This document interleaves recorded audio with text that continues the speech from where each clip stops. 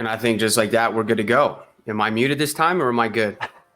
You good for me? You're good. I'm good. All right, perfect. All right, what's going on, ladies and gentlemen? I'm Mikey, host of the Pioneers Podcast. And join with us today, as always, Alex, Chief Operations Officer. How you doing, sir? Good. How are you, Mikey? I'm doing great. And at the special guest spots, we got two, one of which is actually outside of KCP. This will be the first episode we have somebody external on the show. First, we got MrNobody, our social media manager. How you doing, MrNobody? I'm good. How about yourself, Mikey? I'm doing great. And then we also have Jake Neerlin, aka Farwater. How you doing, Farwater? Doing good. Thanks for having me on. Of course. When you in the forum, you put that your name was Farwater because of Neerland. Can you just explain that real quick? Kind of where you came up with that? Yeah, so it's like a palindrome. So if you just take near land and you just swip it. So near, far, land, water. Yeah, I was reading that and I was like, this guy, man, I like that. I really like that. Yeah, when I came up with it was with the mindset that I'm gonna have to go into a creative field, like with an agency, and so if I could put that, if I made that like my website name, it was like essentially Farwater Creative, and there's a decent talking point going into interviews. Yeah, I like that. I like that a lot. And I'm pretty sure I already covered the fact that you're Alpine's social media manager, right? Yeah. Okay. Yeah. Make sure I didn't mess that up in my brain. The warlord. Warlord. So we call our internal social team with wisdom. That's funny. So I think we pretty much all met each other just based off of, I think, just meme content, right? Out of Rocket League, and then it just kind of spurred up from there. Yeah, for the most part, I think from what I remember of how KCP and Alpine got acquainted, it was basically the I on our ibex got left out on a graphic, and so I think then you guys beat us, and so then I left. I can't remember, but on our score screen graphic after, I left your eye out, and then we kind of just got memeing it back and forth, and that's what happened. I remember it. Yeah, I think it was Logan maybe, but yeah, somebody left the eye out, and then I left the eye out, and I photoshopped it out, and we just went from there. Well, there you have it. So for folks who don't know kind of what social media managers do, or just managers in general, I know a lot of people, especially coming from like that whole trick shot era and all of that fancy stuff, there's a lot of people who are just not knowledgeable on what managers actually do. A lot of people actually clown and think managers don't do anything. So MrNobody, I'm gonna hit you first and ask kind of what you handle for KCP side, and then Farwater, if you don't mind saying if it's kind of the same for you, if there's additional stuff that you do on that end. But MrNobody, what's social media management look like for you on KCP side? I mean, yeah, like I feel like you hit it on the head. Like a huge misconception with people when they think about social media management is that we're just sitting around and we're just tweeting out things and just, you know what I mean, and just responding to people, whether it be our fans or just content creators. Like, but we're realistically in Premiere and Photoshop just as much as any other creative, like a video editor or a graphic designer. But we're just doing different type of work. Like, and we're making content. Like, we are making tailored content for specific social media platforms, whether it's TikTok or Twitter or Instagram, because you can't take one piece of content and upload it to all three platforms, because algorithms just don't treat the same content the same way. It just don't work like that. So we're here and we're actually in the dirt making content. And I feel like that's one of the huge just misconceptions that people don't realize, that we're actually content creators at the end of the day too. So yeah. Fair enough. So Farwater, is it the same for you? Is there additional stuff that you handle over there on Alpine side? It's the same and it's different. So when I joined Alpine like 8 or 9 months ago, we only had the team. We only have one content creator now. So I was the primary source of all pieces of content that was coming out. We have Doomsy as an editor, and he puts out about 1, maybe 2 videos a week, depending on what his schedule is and how quickly he can get them out. But yeah, I definitely agree that we are content creators inside of a professional field. So I think where I'm a little different is the Alpine team is On the full-time Alpine team, there are only 2 people, and that is me and my boss, Dreadnought, who used to be he was a professional player in Heroes of the Storm. Then he went on to cast it, and then he went on to cast like a DreamHack for Rocket League. So I wear way more hats than just what my Twitter bio says of head of social media. And so, yeah, I think where social media managers are a little bit different from the rest of the marketing field is that they really have to be jack of all trades, as opposed to like a social strategist or a digital marketing manager or any other title. It's like, I follow somebody that works for Twitch who's a content strategist, and he's like, if you want to work in marketing, social media manager is probably not the best job for you, because you just have to do everything. You don't really get to specialize. You have to be good at whatever gets thrown at you at the moment. Okay. Yeah. Very good. Very good. I think that's perfect. I was gonna kind of, as we slowly work our way through the segments here, is just like, I think people kind of don't always understand, and both of you hit on it from different angles, but like social media management is so much more than just, creating content or overseeing. It's like there's micro content, there's macro content fitting in the algorithms of like each different program, whether it's TikTok, Instagram, Twitter. So like, I'll ask you both, like, kind of like, let's open the conversation. Like, how do you navigate that? And like, for you, like, I think another good way to put it is like, what's the goals at the end of the day, right? Like, what are you trying to accomplish as a social media manager? I know it's not just, sure, it's always like get more followers, get more engagement, but it's like using those strategies of like getting in the algorithms and growing the fan base. Like, how do you use those to your advantage, and how do you schedule all that out and balance so much that goes on in today's digital realm? Yeah, I mean, go ahead, Farwater. Sorry, go ahead.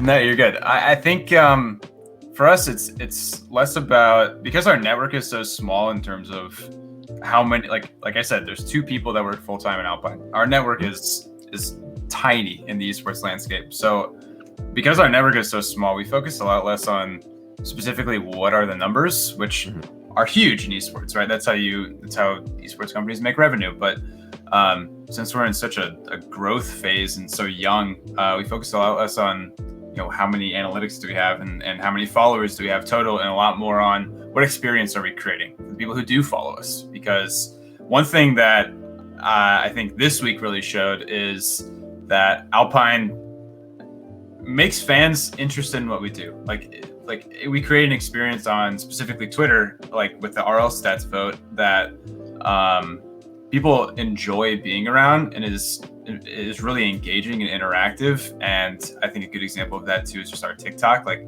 ultimately it comes down to not how many followers we have, because that will just always kind of grow as long as you post on social media. But what is the actual experience that you're generating while you're doing it? Because some orgs do it better than other, and I mean, just in general, some companies do it better than others. So yeah, I think that's huge, Jake.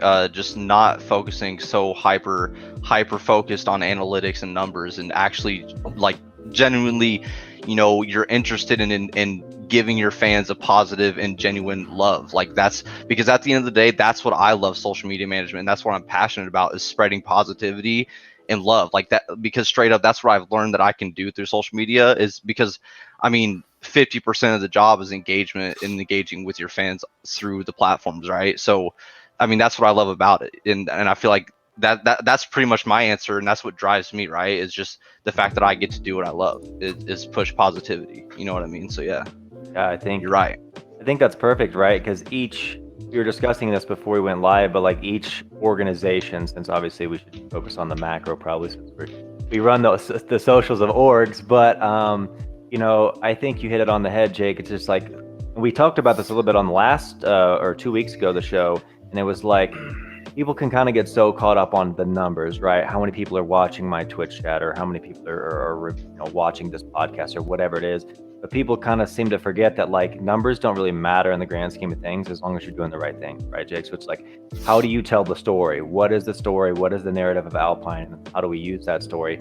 How do people engage with that? And like for you, it's awesome seeing, like, I remember Alpine, I think when we first got into Rocket League, maybe had like 3,000-ish followers, and you're up to like 6,600 or something now. You probably more than doubled it or something like that based on last I checked. When I joined, we had about 1,500 on Twitter. We didn't have a TikTok. We didn't have a YouTube. So I mean, basically every social that we own now, I have played a direct part in growing. I think we're developing so many things right now that I can't leak, but I can have conversations about. But we're developing so many things now that eventually numbers will come. And my job is to build the framework for, okay, when we do have 10,000, 20,000 followers on Twitter, do they care? Because there's accounts out there there's esports accounts out there that have like 250,000 followers on Twitter, and my engagement numbers are better than theirs. And that's not even a flex, but that's like, what is that community doing that's engaging for their community? And I think the answer is they're just writing their followers and not actually having fun with the platform. Yeah, we talked about that at the other show, and it was just like, you're saying it in a fantastic way. It's like you have followers and you have influence, and there's two different things, right? Like you mentioned, you can have 250,000 followers and you post a tweet that gets like 50 likes and 3 comments. Like, who cares? Yep. Or you can have Alpine's account who has 6,600 or almost 7,000, and they might get 100 retweets and 300 likes. Like, so you see the difference. And you mentioned this earlier because it's important, because like, again, how brands make money, right? And it's engagement, it's people just being invested in the brand itself. So I think it's like super important that people take a step back and realize, like, okay, it's not just about what content am I posting and this and that, but like, what's the story I'm telling? What's the narrative? So yeah, I think you're hitting the nail on the head. And I can speak firsthand to MrNobody. He's done an absolutely fantastic job for KCP, not only engaging with the community, but working on incredible content for just our content creators, our pro teams, our sponsors. And like, at the end of the day, that's what we're here to do, is like provide an experience for the community, because esports, as you probably seen, Jake, and MrNobody, is slowly shifting from like, yes, we have competitive pro teams, but now esport organizations are becoming media conglomerates, right? It's so much more than just like, here, our pro teams play today, yay, they won, yay, they lost. It's just like content creators, content from the pro teams, and all that jazz. And I think it's great. Like, you look at 100 Thieves and FaZe, and they've nailed down. Speaking of FaZe, yay, they're in Rocket League. I mean, I know we're all excited, but it's like, I'm happy for the guys. But yeah, I think that's it, right? Like, and that's why people invest in pro teams. That's why people invest in content creators. Like, they have fans and communities that engage. So I'm super proud of you, MrNobody, and you know, Jake. We've always ACP and Alpine have always been like best buds on Twitter. Super awesome to see. And I know the fans love to watch like the friendly banter and rivalry and friendship that we have. So I got something to bounce off of that, because I think it's very interesting when you run like a really good social media for an organization. It's almost like it's like it takes its own entity, you know what I'm saying? So it's not, and you're no longer posting for yourself, you're posting as a whole entire organization. So I got here written down, obviously staying in character and importance of maintaining that professionalism. But I'm interested to see from your guys' perspective, like, what was it like when you transitioned from posting for yourself to actually posting for a whole organization, and it's now becoming its own entity? You know what I'm saying there? Yeah. I think that's where the individual personality of every social media manager plays the biggest part. Like, so I developed the entire Alpine voice before I joined. There wasn't a strategic document to define it, and so that was like my first job. First week into Alpine, that was what I was working on. And so one thing that I'm super passionate about and like to do, one of my biggest hobbies, is just watching anime. And so when I came into Alpine, I was like, every game day, I'm going to tweet some kind of anime battle GIF that's just hype to look at, has cool colors, and that's going to be part of our voice. And so, yeah, I think, developing a voice, keeping that voice is just a huge part of that. Comes down to, what is the personality of your social media manager? Are they really meme heavy? What kind of memes do they like to post? Is it super serious, or is it terrible Photoshop? Is it like Sentinels do super high quality rendered graphics for their memes? Like, it really just comes down to what is developed, and then what social media manager do you have that is internalizing that and applying their own, take on what they're doing. Okay. MrNobody, what do you got for that? I kind of like to build off of that, like, and especially in the esports and gaming industry, like, it really helps to have grown up playing games, you know what I mean? Like, being actually involved with the culture. You know what I mean? Especially working in this industry, like it doesn't really correlate to others, but like, you know, in business, like you go to school, right, and you learn, you know, business attributes, but like if for gaming, there's nothing for that. You know what I mean? You grow up in the fields and you really learn it while with that firsthand anecdotal experience, right? So like I feel like that's the only way. For a gamer, for esports, it's super hard.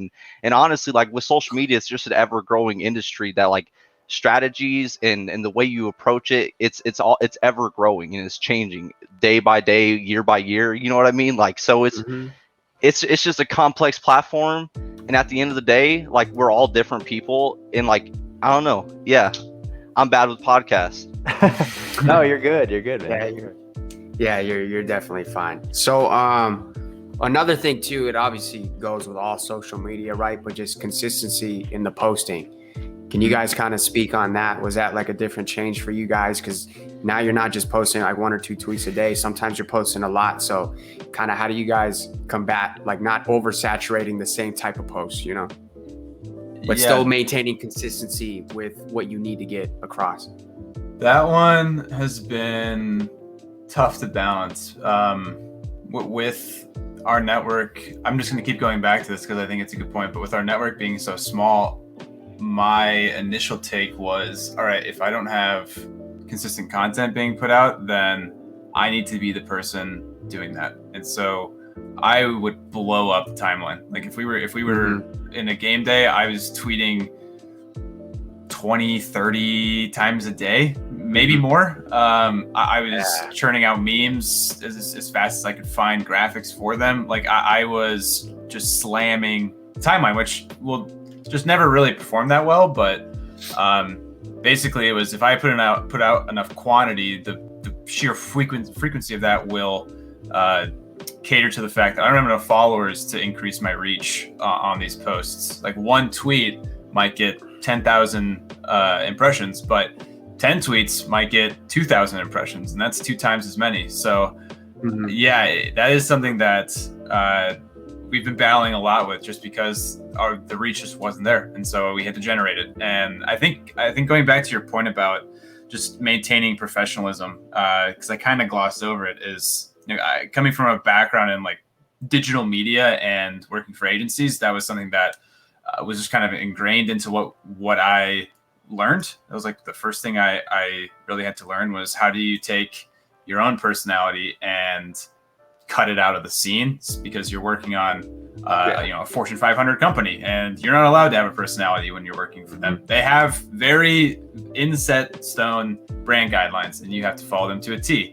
And so I think, you know, with professionalism, we've seen that on display for the last like 2 weeks, where like X org is tweeting some garbage meme that is just a terrible take because they misinterpreted it, or they're tweeting about a facility being on fire and making it a meme. Like, I think part of that is stemming from, sorry, I know we're going back a little bit, but part of that stems from like being in quarantine for so long, that I think social media managers staring at timelines are starting to lose it a little bit. Like, like it's starting to get to them. I can definitely attest to that, but I think the other part of it is just going back to like, we have to be content creators, and sometimes when you're in that moment where you need to tweet something, you kind of just send it. And like a perfect example is when we lost yesterday, I stared at that 0-3 graphic with envy for like 10 minutes before I could figure out what I should put with it. Like I just could not come up with any text. Relatable. Relatable. Yeah. Okay. Well, now I'm glad you brought that up too with the digital agencies, because I wanted to talk to you about that, but obviously we got into a good conversation about some good content, right? But you spoke about Wisdom. What is that? Okay, so Alpine is an esports organization inside of Wisdom, and Wisdom is it's a media production company and digital agency. There's two arms to it, and so like our digital agency works on more professional clients. Like they run digital campaigns for lots of companies up in Minneapolis. The media company does gaming and esports productions. So we do. We've had clients like Riot Games and I'm trying to think of other developers. Blizzard. We own we own the largest Heroes of the Storm league on the planet now after Blizzard killed the HGC or ended the HGC, and so they do a ton of esports productions, specifically mostly within Riot Games, but we're in a few others as well. And so Wisdom our CEO of Wisdom is also the CEO of Alpine. Okay. So this kind of ties with that. Because obviously at some point in time, right, you found Alpine, or they found you, however which way it went. But so were you a part of Wisdom before you joined Alpine, or how did Alpine come to be for you? Yeah, this goes back a couple years ago, but basically my boss's boss I met at one of my previous jobs at an agency, and we did a Heroes of the Storm production. And then I went on to work for a university out in West Virginia where I built a varsity esports program. And then we started talking about working together again in January of 2020. Yeah. And then, or December of 2019, actually. And so I drove up to Minnesota in the middle of a snowstorm, did an interview with our CEO and Ian, who's my boss's boss, and did an interview. And then it took about 3 or 4 months for them to get a position for me. And so I initially came in on the Wisdom Digital team, and my job was to grow the media team's social media accounts, because we have about 10 different brands within that. And so my job was to make their Twitters big. And that was my first introduction. But then basically we just identified Alpine needed help on social media. And since that's my background, I moved to that team about 2 or 3 months in to working with Wisdom. And then I was working on Alpine full time within a month. So before joining you pretty much already had a plan on what to do when you were going to join the team? Yeah, I think I think my background, just building media campaigns and social media campaigns and working on clients, gave me a rough idea, and the rest I kind of just had to figure it out as I was going. Okay. Yeah, no, that's fair enough. I think it's a lot better than some folks who just overload the team, and then they have folks that just don't know what they need to do or bring to the table, you know? Yeah. But Alex, what were you saying? No, I was gonna say that's like an interesting dynamic, because I'm sure like figuring out social strategy or posting content for the media companies, and then Alpine in the esports space is like 2 totally different things. I know you mentioned it earlier, 'cause like a lot of professional brand accounts have very strict policies, and then you have esports orgs who just have multitude of strategies depending on what voice they want to have, and like it can get a little edgy in the world. And it's pretty crazy how like the dynamic of esports compared to other sports teams and companies is just a completely different spectrum. And of course it's a completely different fan base, right? Like, you know, you're tailored more to the younger age that, you know, grew up playing video games or watching anime or whatever it is. It's a completely different taste of content. But we're starting to see that take over a lot of social media, and like even sports players, right? Like tons of professional athletes. And you guys at Wisdom and Alpine may have already experienced some of them. Like, you know, we have Andrew Wiley at Kansas City Pioneers with people, and like I know Kyle Long, who just recently signed on with Kansas City. He's a big gamer himself and streamer. So it's just like it's interesting to see the aspect of like how is Twitter and TikTok and content creation changing the narrative of like what is socially acceptable esports content compared to the other parts of the industry. So actually my next question for you, MrNobody, is like, I want to hear more about your background, right? We got to bring you out of your shell a little bit down there. So like, you know, I know you have a little bit of Gary V in the background and all that jazz, 137. So tell us a little bit about that experience and how that kind of led you to the KCP kingdom here. I mean, I really just started my social media management experience at Pinnacle Hemp, a CBD distribution and manufacturing company.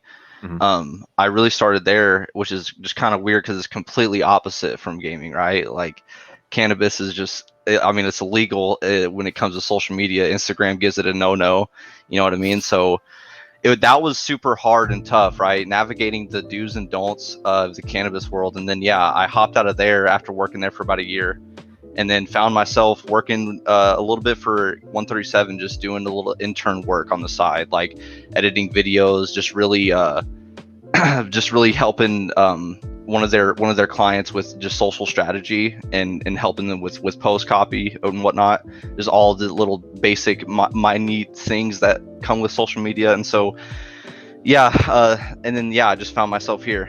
Just short and simple. I'll leave it there. Hey, fair enough. Fair enough. So let's do like an open discussion about this, because I don't know about you, but sometimes when I'm on social media, I get that urge to post something that I probably shouldn't post. But being social media managers and probably seeing a lot more, how do you guys combat or fight that urge to just not just go all out? That's tough. Sometimes I've trended more into just doing it. Fair enough. But I think there's just a healthy line, and we talked about this a little earlier, but I think there's just a healthy line between friendly banter or like competitive banter even, and just frankly just being like mean or rude. Because like at the end of the day, like the other account that you're interacting with, or you who the other account is pointing their finger at, there is a person behind that screen, and there are people who are reading this. And so I think really just remembering, like, at the end of the day, you're not just attacking the other brand, you're potentially putting it all on the social media manager too. And I think that's something that we very quickly like strayed away from, or didn't even touch on. It is anything that has to do with going directly at the social media manager, don't do it, because they are not the brand. And so always relaying it back to like, oh yeah, remember the time we 3-0'd you? Like you can talk as much crap as you want. You can say,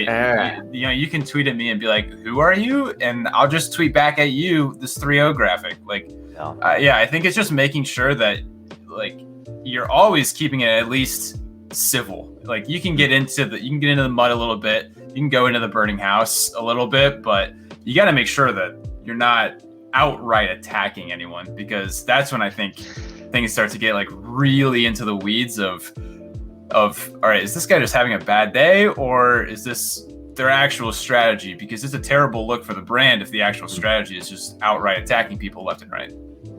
Oh yeah. He's got a lot of eyes on you too, of course.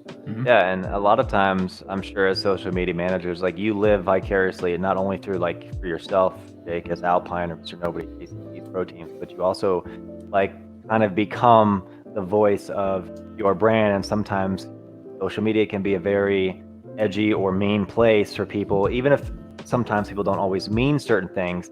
It's not like we're having a conversation here and you can read body language and cues and stuff like that. So a lot of times context gets taken out of the situation. I think people have to be a little careful, whether you're an individual content creator or person or you're a brand. It's just like sometimes we take things a little personal because like these are our babies, right? Our pro teams are our babies, or our social media accounts are babies, because like we fostered this and nurtured this, and this is our brand, and we want to be protective of it. Like when we very first got into the space, like for instance, this was before MrNobody was even a part of KCP, I think.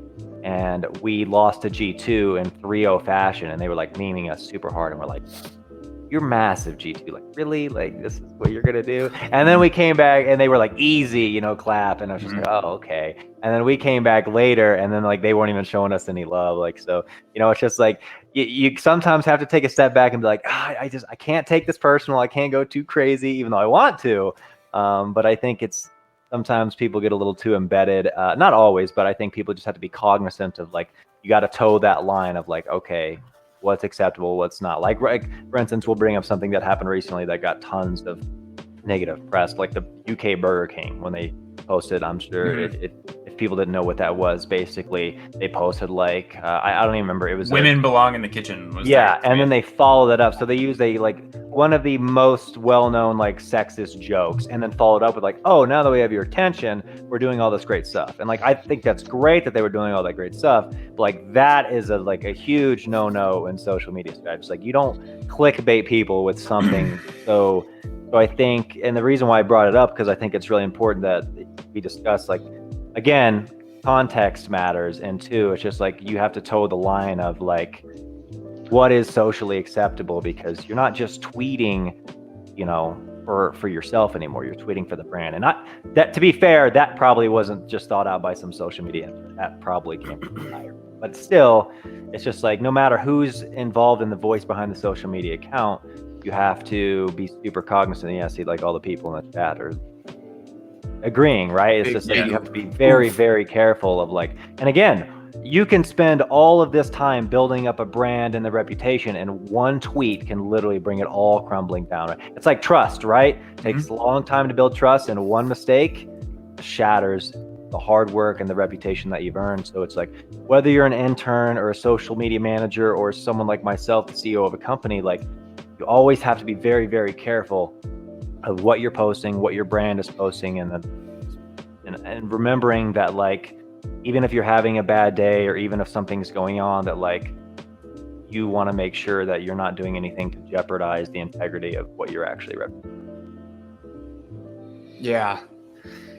So I got another quick question. It depends on if you could say it or not. If you can't say it, it's cool. But for both of y'all, has there ever been a case where like you posted something accidentally, it should have been posted, or just something just went sideways and it shouldn't have? But I mean, it's just something you laugh at to like this day. Yeah, all the time. Yeah. Immediately, there are two mistakes that come to mind. I was working, so we worked Austin and Chad already knows, but I was working a League of Legends event for one of our media brands. They asked me to work the first night. I think we had a couple other broadcasts going on, and I thought I was on the media brand Twitter, but I was on the Alpine Twitter, and I tweeted a FlyQuest victory graphic from an LCS day, and it was like their hashtag FlyWin. And everyone, and immediately the comment section of the tweet was just like, wrong tweet, and it was up for like it was like 5 to 10 minutes, and I didn't notice. And yeah, that one is brutal.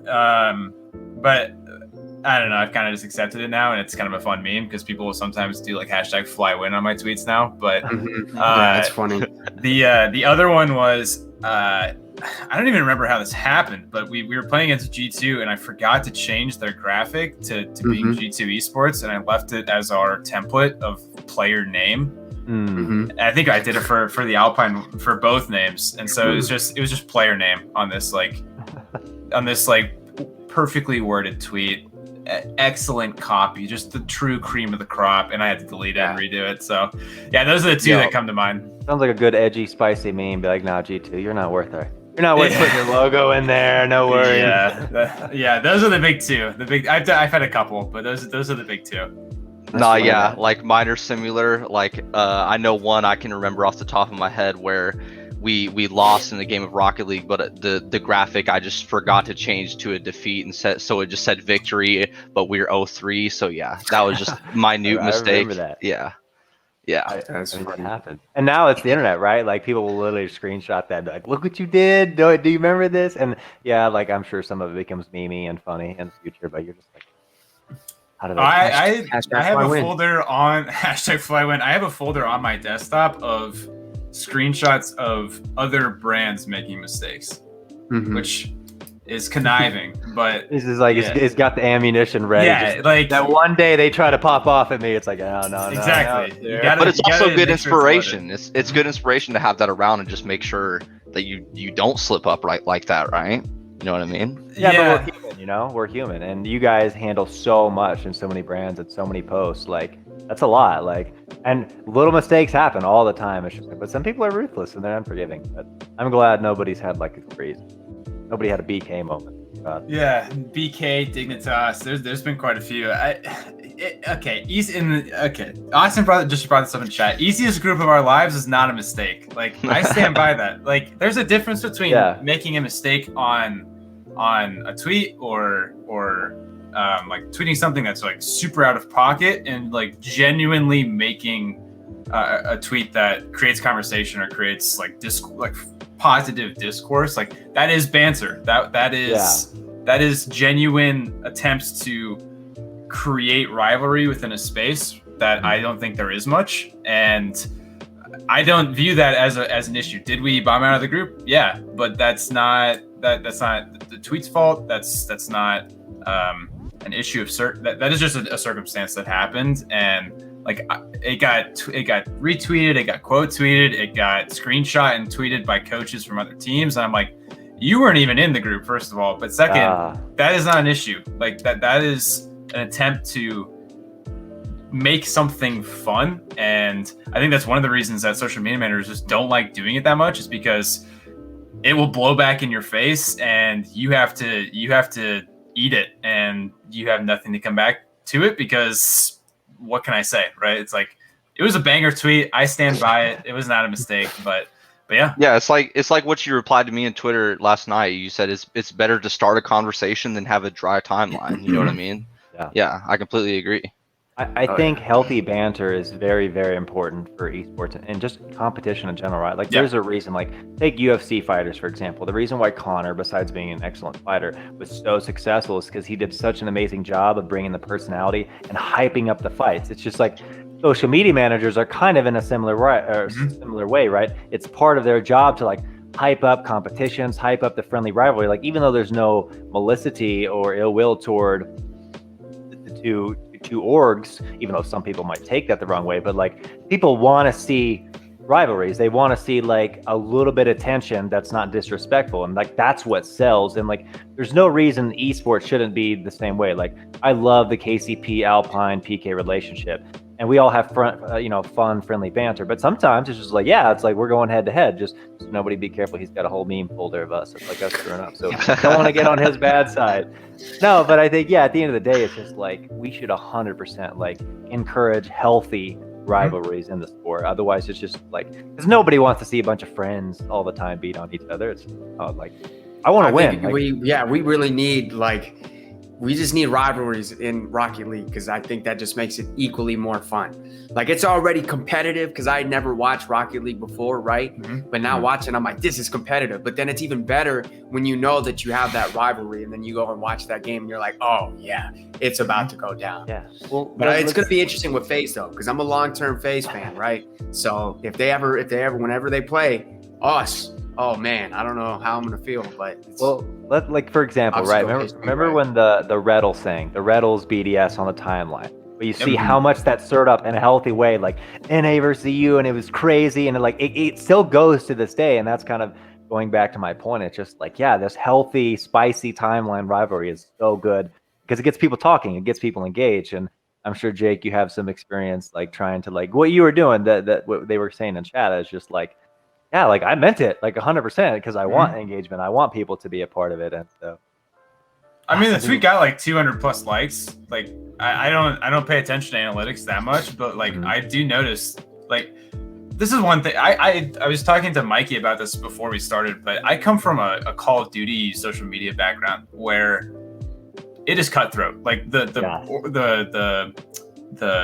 program that I built at the university in West Virginia is at a university called Concord University. It was their first year. I was their first director.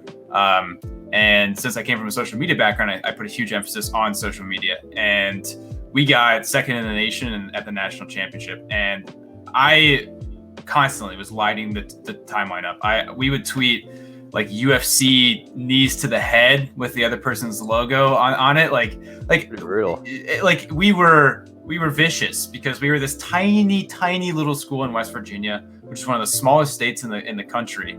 And so, we would just have a good time on Twitter and make rivalries, because it made this collegiate tiny scene that is barely recognized by anyone fun and get national attention. I mean, by the time the national championship came up, the CDL pros were retweeting the stream link. Like, Clayster is from West Virginia, and so I tweeted at him and I was like, hey man, we're a university from West Virginia, would you mind giving a shout out? And he shouted out that we were playing at the national championship. Like, he's like, yes, I'm from West Virginia, this tiny school is playing in national championship. And so we would make rivalries with this, like, and they would do power rankings every week of like the top 20 teams. And so we would create these rivalries with people that were above us, and people trying to usurp us as our top 3 placement on the power rankings. And so there was a ton of rivalry. And then I come to Rocket League, and it's like none. Victory, defeat graphic. That's what we got. We'll maybe tweet a meme at you out of pocket, out of nowhere, but that's the rivalry. And I'm like, we got it. Like, in-game chat's a lot harsher than this. Come on, what's going exactly. on? Like, you can triple what to save me. Like, come on, give me something. And that's been something that I think is just super lacking in the Rocket League space, is that I don't know if teams don't want rivalries, or they just don't want to invest much time into creating them, or they just don't see it as being valuable. But it's just so lacking in Rocket League, especially in the social media space. I think maybe with FaZe getting into Rocket League, maybe that'll come. Just because they got a lot of folks that are probably going to start bringing their eyes towards Rocket League.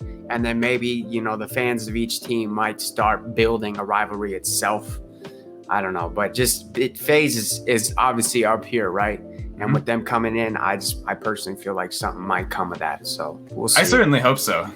Oh, yeah. Oh, yeah. Because, I mean, you watch football, and if you're not a big football fan, but you understand that, like, the Cowboys and the Redskins are rivals, you're like, oh, this is going to be a good game. Washington football team. Oh, yeah, that's right. Washington football team. But it's just stuff like that. Or, like, I always love watching the Titans and the Texans play. I don't know why. I was just a big fan of that. And then it's just some of those rivalries that you're like, oh, this is going to be a good game. And then all of a sudden the Titans and Texans beat the hell out of each other. And you're like, uh-oh. Like Chiefs Raiders, right? Yeah. That rivalry goes back decades. But no, I mean, I agree. I know, like, MrNobody has also tried. Like, SSG is one of those orgs that, like, does try to, like, at least in the Rocket League space, get spicy. And, like, absolutely, I love it because they've done some stuff. And, like, when we matched up with him in the major in the fall major, I think it was, like, when, you know, KCP was really peaking at the time, and we had beat SSG like 3 times in a row. And we made a meme that popped off on Reddit because it was just like, it was a funny meme, but we were saying, like, I forgot, it was like an anime Terminator meme or something like that, and they were like, oh yeah, hiding under the desk, and it's like, that's the healthy stuff that, like, gets both fan bases. Yeah, like, I can't wait for this match, right? Like, that sells, right? Competition sells. And so, like, I'm super pumped that, like, you're trying to bring the space, and I know MrNobody's trying to bring it to the space of, like, yeah, like, I love friends, and I love, like, but it's like, it's competition at the end of the day, right? Like, that storyline sells more than anything. So I think that's perfect. Like, we definitely, and when you brought up COD, like, I'm an older guy. Like, I grew up in the Modern Warfare lobbies where it was just nasty. Like, things should not be said in there. But a lot of the org owners and former pros who are behind the scenes now, that's what they grew up in. So, like, that's why you probably see that more cutthroat environment. It's just like, yeah, when we were growing up, like, it was ruthless in lobbies. It's like, there was the whole situation with Envy's team owner and somebody like JCap or whatever. Oh yeah, Hashtro, Courage, and JCap. Like, yeah, some of that stuff was a little unhealthy, but you can see where it stems from, right? Like, this more hardcore cutthroat. But again, oh man, Twitter ate that up. Like, it was like people were firing shots at each other. Some of it a little over the line, but you see all these tweets that have tons of likes and retweets. Are you seeing what's going on in here? Like, it's like popcorn, right? Like, people want the gossip, they want the juicy stuff, and it's just like, yeah, we should get Rocket League to that point. Like, I don't know, we're about to hit up PK and be like, yo, hate tweet us, like, in a respectful way. Like, come on. I've debated on that. Like, I've definitely thought about hitting up people and be like, hey, would you, like, a perfect example is version 1. Like, we're both from Minnesota. Their office is in downtown Minneapolis. So is ours right now. And like, we can see their stadium from our office windows. We were not in the office, and we haven't been since I started working here. But I mean, we're still both from Minnesota. And so, like, our first matchup in the grid was some of the most hype Rocket League I've ever watched, because I was like, we have to beat these guys. Like, no one knew it, because we don't brand ourselves as being from Minnesota as much as we could, but and that's conscious, but it was like one of those, we need to win this, and then we 3-0 swept them with Jordan Musty flicking them in OT in game 3. So but like, that's a perfect example of something that I'd love to build a rivalry with, and I think we're getting there with version 1. Like, I know Birchbox, their social media manager, is like is creating like leaps and bounds for their social media strategy and doing things like that, and being a little more, like, engaging. But I think just in the Rocket League space, it's maybe just not there yet, and I haven't quite figured out why. But my fingers are crossed that, you know, like Mikey just said, with FaZe coming in and the formats being a little more juiced up and getting more fleshed out, that we can get there. I have a question for you both then, from, like, more of this fun, hype competition side. And it's not in Rocket League yet, but do you see, like, is part of the reason why, like, Overwatch and Call of Duty, like, them going to this franchise spot? Like, I get it from a regional perspective, but I also think, like, city versus city also helps, kind of how you were saying about Minneapolis, is building more of a rivalry, right? Like, it's a local rivalry, or even using historical sports context, right? Like, let's just say Oakland, well, now it's Las Vegas for the Chiefs, or Denver, right? Kansas City, Denver has always been in football anyway, a huge rivalry, right? Because we're both fairly local. We're two of the biggest cities in the Midwest. And so I think, I'm just curious what your two takes are on, like, do you see more regional based like organizations, maybe not like a KCP thing, but just like a franchise spot in these leagues? Do you see that helping build a healthy competition and banter in the space? Or do you think it's purely just like, oh, no, we just want to have a city attached to it because one, it's home stands and merchandise for the local community, and two, it's just like it's cool to be able to have designated cities to travel to? I think it definitely helps a bit. I thought we were talking about this in a meeting yesterday. The knowing who you're going to go up against on the week definitely helps. Because you can make memes and you can prepare your trash talk and you can build that storyline, right? I watch LCS.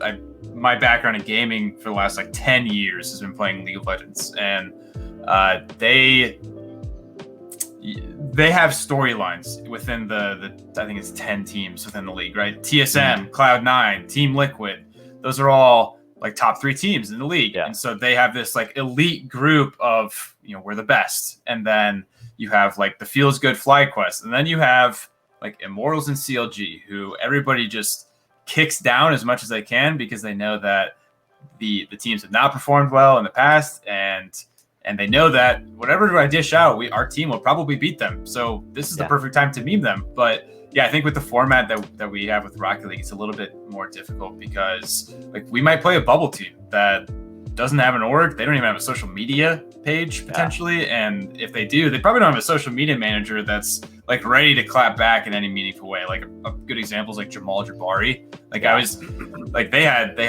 like a couple fans or like designers that would try and come for me sometimes. And you can just see that like they're trying to come back, but they don't have the background to know like what they're getting into. And so, yeah, I think to a degree, being in franchise leagues or established leagues that have set formats that social media managers can look at and be like, okay, I know what I can build this week, is definitely helpful.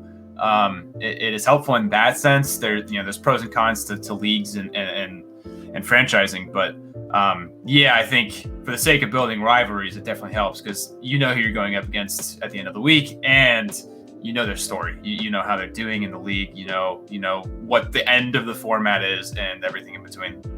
Jake's over here using that talking to a brick wall meme, like, "Hey, interact with me. I want some rivalry here." What about you, MrNobody? What do you think? Do you have any? No, yeah, I definitely agree, and I feel like it's better for. I think it's better franchises are good for rivalries in a professional manner, right? So like teams can throw some banter at each other without it being on edge or without fans being like, "Oh, whoa, that tweet was kind of weird." You know what I mean? That was kind of sus, bro. So like, yeah, I think it helps teams be more professional, right, with their rivals and how they approach them, right? And it kind of also goes back to what Jake was saying about like how some weeks we'll literally face a team that has no Twitter, no social handles at all, right? And that kind of hurts both ends, right? So yeah, I think franchises do have pros and cons. There's a lot of cons in my opinion, more than pros, but yeah, 100%. Yeah, I mean, I think at the end of the day, like it makes sense that it's only natural in like competition that cities become more involved. Not like we, for instance, I won't speak super in depth about like the marketing strategy of the Pioneers, but like we love Kansas City and we're rooted here. But like at the end of the day, we want to be the Pioneers. Probably how you don't want to, like you're in Minnesota, Minneapolis, and you want to represent that, but you don't want to pigeonhole yourself into that. But like I hate the fact that like, and I'm sure you do too, like we find out our matchup like the day before we're about to play, right? Whereas like the CDL or another league, you have a whole week to build a storyline and go back and forth on Reddit or Twitter or whatever. And the players can do it too. Like it's awesome when the players have like a healthy rivalry on Twitter, and you just don't get to do that in the current format of the Rocket League space. But I think long term, it wouldn't surprise me if we go down that like regional city standpoint. Like not necessarily I'm rooting for it. It just makes sense from a business perspective. But yeah, I don't want to get too far off topic of that. I just want to get your thoughts. I think for sure, like having that schedules, kind of how professional leagues do and have franchises, definitely make selling these heavyweight fights on the Rocket League field or Call of Duty or whoever you're a fan of, like for sure, will make it much more engaging for the fans on social media. Have you guys watched the college Call of Duty League or no? Yeah, I watch it all the time.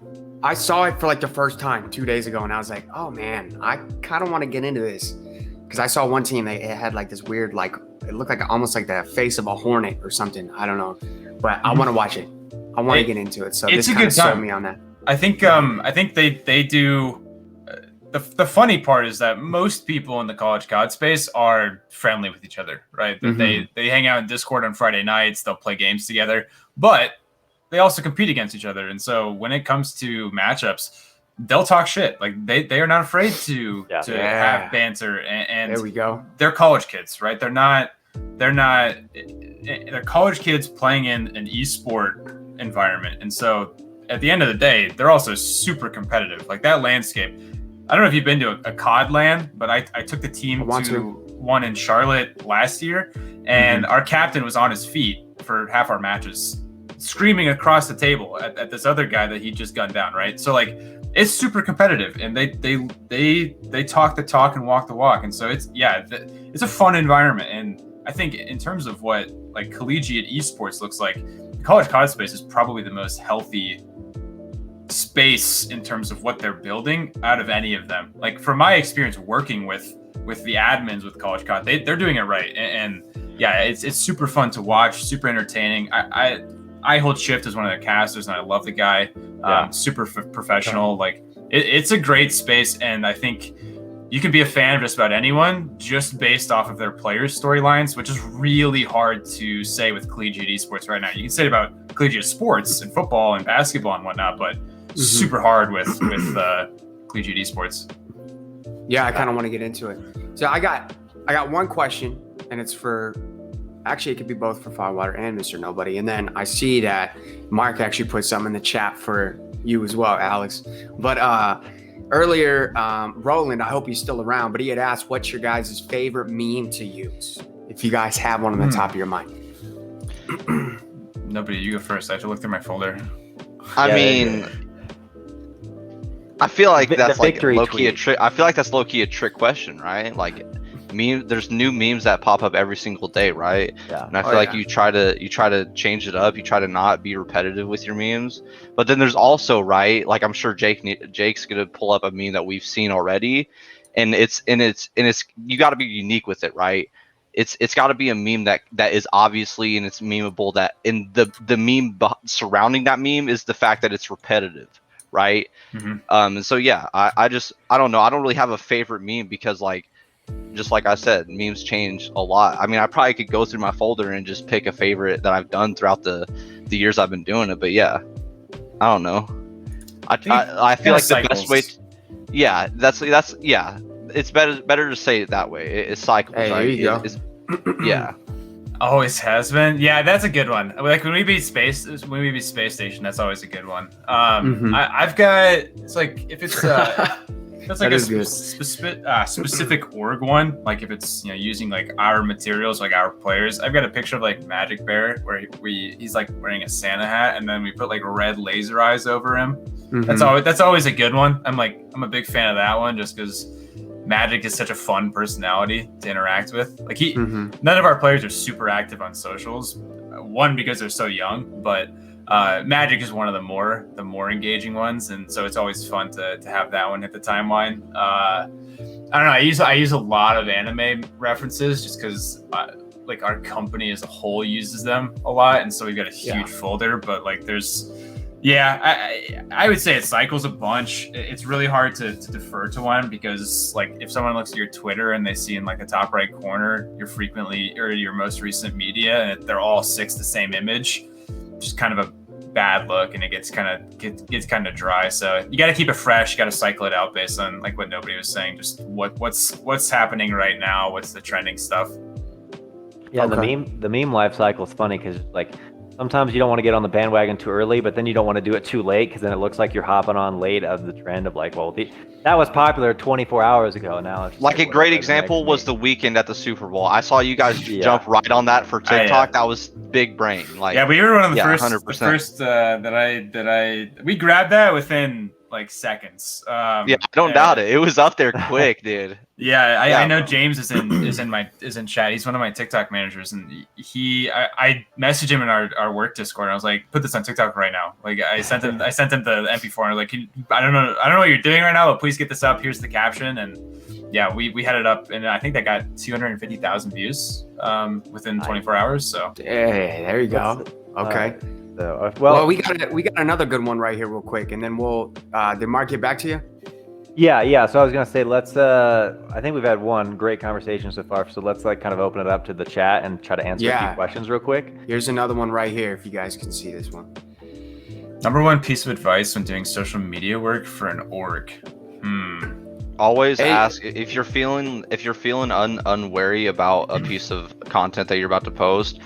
Don't feel threatened or nervous to ask other people for their input on it before you post it.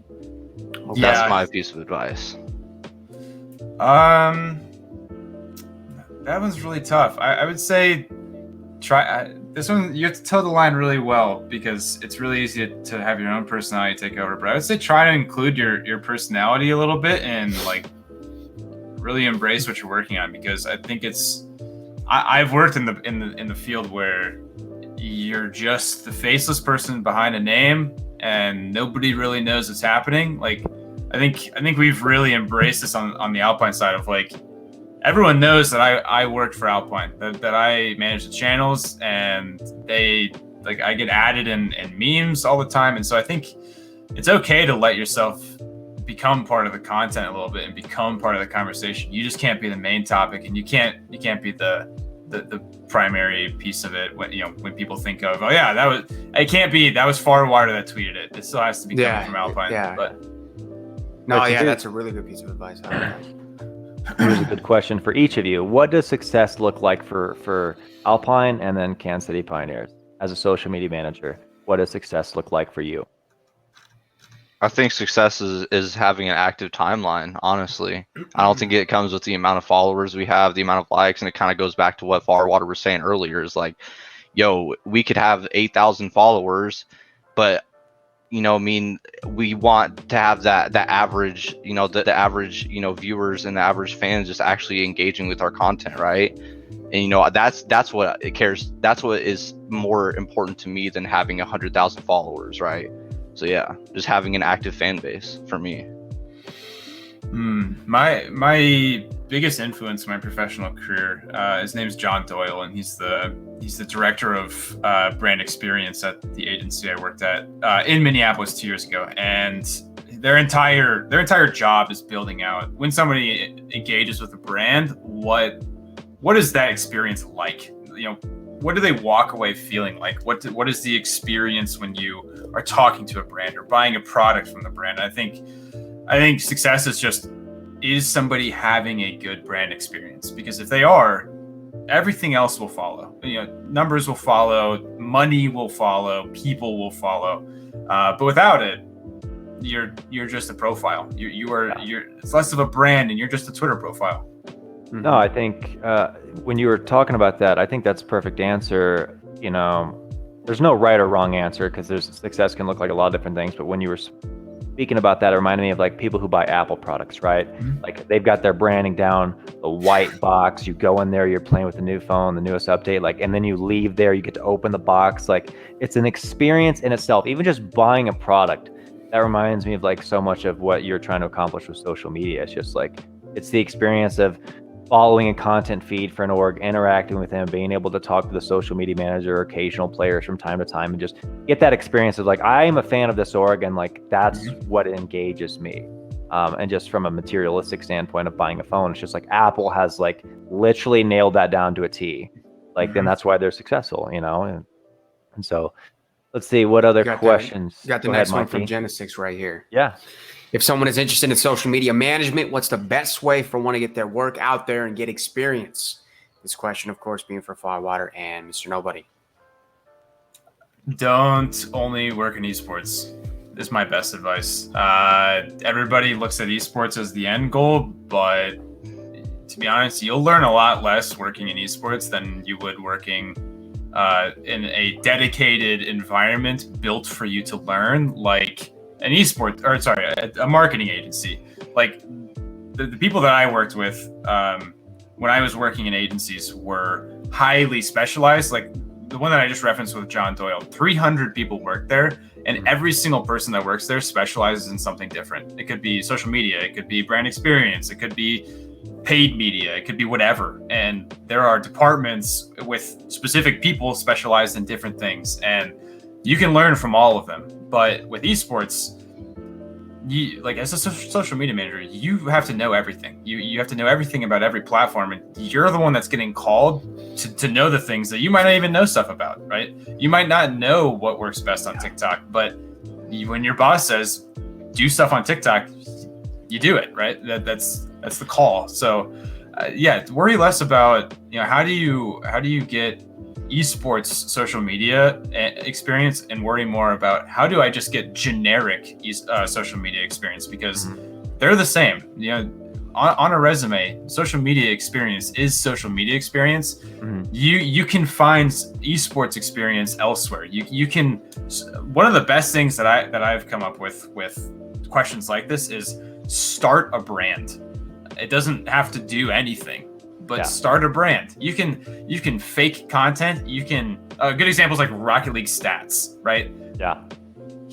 Rockets just tracks stats from the Rocket League space. He doesn't make the content, right? He makes the graphics, he makes the tweets, but the content comes from the RLCS. Start a brand and see what you can do with it, because you'll learn what you know and what you don't pretty quickly as soon as you start running into problems. Yeah. Okay. So how true it is for a lot of things in life, right? Like just do it and you'll learn right and wrong, right? So what about you, Mr. Nobody? I feel like try to link with local clients or local businesses and just try to show them and try to actually just give them value, right? Offer them, just straight up be straight up with them, be like, yo, this is what I can do for your brand, and this is what I want to do with your company, right? And just try to grow, your local area, the smaller businesses in the area, and then add that to your portfolio. Really just be authentic with yourself and just try to give them value. Like that's what I essentially did with my early career, right? It goes back to what Farwater said. Like I didn't even start in the gaming or esports industry. I started in the cannabis industry, and that really helped my marketing game and really helped me learn other platforms on an analytical basis, right? So yeah, I don't think it all resides in esports and gaming, and honestly, I don't even think esports and gaming is the top of the pyramid, right? So 100%. Definitely agree with that. Yeah. A lot of Gary V vibes right there. I've heard that. I'm sure. I think Mr. Nobody's a big Gary V fan, and I agree, because he tells you that. Like, only his Twitch moderator. You know what I mean? Exactly. Yeah. Twitch wait, it's over here on my screen. Twitch moderator right there. But no, that's right. Like if you want to do something, engage your local community, like even if it's intern work, like that's how you get experience. Like just say you want to do something, have a plan of action, and then why not? Spend 3 months of your life literally learning, and that's the best way to do it. Yeah, I think intern work is something that's really interesting, because I'm sure nobody can attest to this, and probably you guys too, but I don't like Instagram DMs. I don't look at them anymore, because there are just too many that are like, hey. And it's just, hey, right? It's, what's coming. The next thing that's coming is, can I join Alpine? Or how can I join Alpine? How can I join Alpine as a content creator? Hey, it's to promote you. No, yeah. I'm not gonna do that. It's like they're asking for a way in instead of showing that they provide value. And this goes back to what nobody was just talking about with value of don't ask, can I do this thing? Show me that you can do it, right? Show me that you know how to do this thing, because I am on a team of 2 people. I do not have time. This might sound super terrible, but I am on a team of 2 people. I don't have time to teach somebody how to send a tweet. I don't have time to teach them how to craft a tweet that is designed to hit the key metrics of what I'm trying to achieve based on our company's strategy. I do have time to teach somebody the finer details, how to finesse something, how to craft a meme that is on the nose and actually hits to what our audience is looking for. So if somebody can show me, I know how to do that. It's a lot easier for me to say, I don't have a job for you, but I'll make one. Like I don't have a position, but I'll make one for you because you're that valuable to me just as a person. Perfect example is James Peets. So he's in chat right now, but he killed it on TikTok with one of our other brands. It's a Minnesota varsity league. No one really cares about high school esports, but they care about their TikTok profile. And so I went to him and I said, hey man, I want you to run our TikTok. And now we have almost 60,000 followers 3 months later. Like, I didn't have a position for him. Now I do. And it's because he showed I can make value for you. I can generate things that you might not be able to do. You might know how to do, but don't have time to do. I can do the things that require the nitty gritty, getting into the mud and getting dirty stuff that you don't have to teach me how to do. And that is like insane value to me because I'm on social media 24/7. I'm in meetings 9 to 5. And so if I have somebody that shows me, you don't have to teach me how to do the basic fundamentals. You just have to guide me. Everything becomes a lot easier. If there's, I 100% agree. If there's one piece of life advice I can give people, not that I'm like super successful story, but I just being in the business world and running a couple startups and stuff, like there's one thing I can tell you. Don't hit up somebody saying, hey, don't say, can I ask a question? Get to the point and have a plan ready. Like hit their DMs if you're really interested in an opportunity. Hit them with your full plan. Here's my experience. Here's what I want to do. Because if you just hit somebody, say, hey, or I have a question, they will not read it. And if they do read it, they will not respond. So like for those in chat who are looking to like learn more about you want to get into social media or get into something, like develop a plan of action and literally get to the point, because these people like Jake, like MrNobody, they don't have time to deal with like, hey, how's it going? Like, I know you want to be courteous, but like you have to be respectful of people's time that they're like super busy. So that goes with the whole thing too. Like me being raised to not run your mouth unless you have a solution, because otherwise it's just a complaint. Nobody likes complaints. So have a solution, have a plan, know what you're doing. Okay. One does not simply join without hitting the ground running. Okay. Exactly. Yeah, pretty much. Like you have to have proof of concept before anything else can follow. So yeah. All right, so we got one more question for Farwater and Mr. and then we're gonna kick it over to the KCP roundup, and then we'll go from there. But actually, I do have a personal question after this question. Okay. But here we go. So, are there any inspirations you guys look up to for social media management, or any people you guys want to work with in the future? I don't know if my boy's watching, but Aaron, aka Don, over at 137, he's my boy. I love him. He inspires me on the daily, just with work, social strategy, content, everything. He's my boy. We love him for life, bro. Ride or die. Yeah. Aaron does awesome work. I think it'd be really hard to be an esports social media manager and not look up to Portillo from Cloud9. Like, he pioneered, he came in, like, I'm pretty sure fresh out of high school, going into college, or fresh out. Like, I know he quit college to work for Cloud9. Yeah. So he was, we'll say, 20 years old. And I think he really defined what esports social media looked like for the next 3 years definitively. And he still does. And he's not even technically working as our social media manager anymore. He's like a brand ambassador. So yeah, I would say Portillo is like a huge influencer for just about every social media manager out there, even if it's not like a direct, like, they are the person I look up to. And then honestly, I have to shout out Justin Pistachio. He's an intern for Dallas Empire and Envy. He we ran into each other a bunch in the college COD space, and the kid is going places. He's really smart, and I think he's got a really fun personality on socials, and it's always a good time interacting with him. So that's good. I don't know if I like look up to him a bunch, but I always look forward to when do I get to interact with him in the future, and what does that look like. Love it. Yeah, no, that's awesome. It's always good to see people. I don't know about everybody else. But me personally, I love seeing people succeed. I just love Mhm. seeing people go places, because I mean, if only one person goes places, then I mean, what's the point? You know what I'm saying? That's why there's so many other options out there, right? Opportunities and places to be at. But all right, so it's gonna be a really hard one, okay? Farwater, MrNobody. All right, apple juice or orange juice? OJ all day, baby. Yeah, probably OJ. I mean, I was gonna ask if it depends on if I've brushed my teeth yet, but at the end of the day, I'm gonna brush my teeth either way.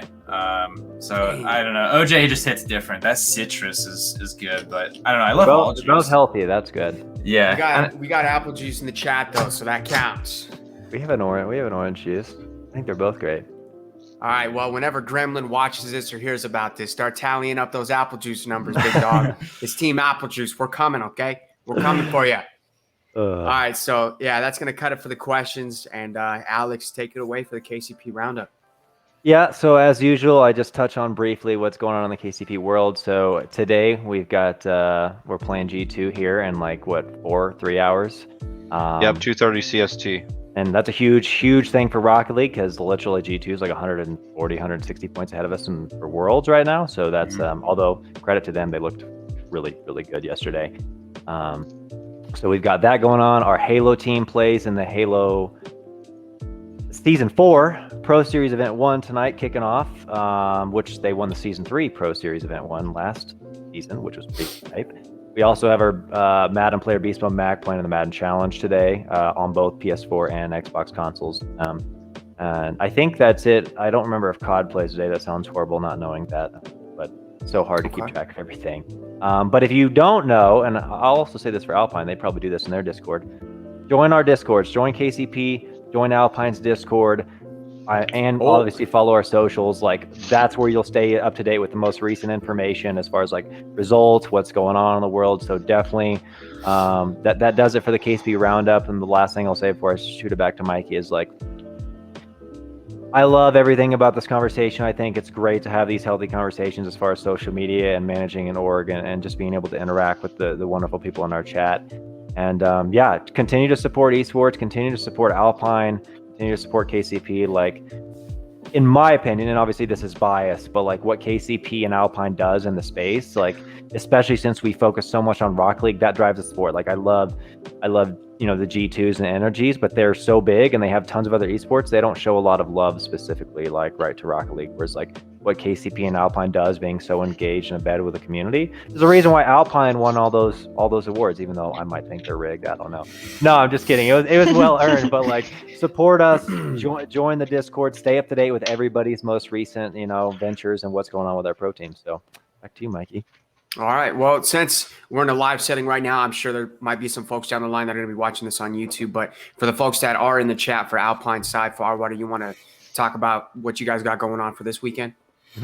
Yeah, this weekend we got knocked out of the regional, so we'll be watching. But that's mostly it. The only team we have is Rocket League, and so that's our biggest thing. We've got a new Doomsday edit coming out from the major, and we have a new content piece that we're trialing starting in the next couple of weeks. So watch out for that. It's a documentary style piece that we're working with a commentator within the Rocket League space to voice over, and obviously Doomsday will be editing it. So that's really cool.